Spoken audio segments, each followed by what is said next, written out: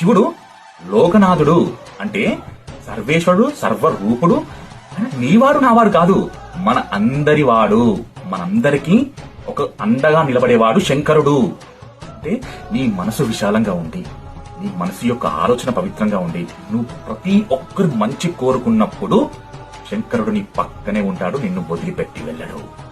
ఇది గట్టిగా రాసి పెట్టుకోండి, 10 మందికి గౌరవంగా చెప్పుకోండి ఈ మాట. ఎందుకంటే నీ మనసు విశాలంగా ఉన్నప్పుడు శివుడు నిన్ను ఎందుకు వదిలేసి వెళ్తాడు? నిన్ను వదిలేసి అసలుకే వెళ్ళాడు. ఎందుకంటే ధర్మానికి రూపం ప్రతీక పరమేశ్వరుడు. న్యాయం, ధర్మం ఎక్కడైతే నిలబడి ఉంటాయో అక్కడ శివుడు ఖచ్చితంగా నిలబడతాడు. మీ కంటికి కనిపిస్తాడు పరమేశ్వరుడు.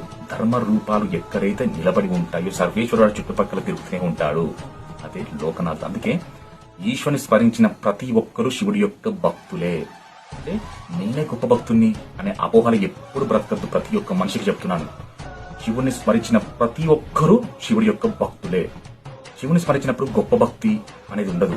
నువ్వు ఎంతగా శ్రద్ధ పెట్టి మొక్కుతున్నావు, ఎంతగా శ్రద్ధ పెట్టి భక్తిగా ఆరాధిస్తున్నావు, పరమేశ్వరుడు వాళ్ళ దగ్గర ఖచ్చితంగా ఉంటాడు. అందుకే శివుని యొక్క స్మరణ, శివుని యొక్క నామం చాలా గొప్పవి.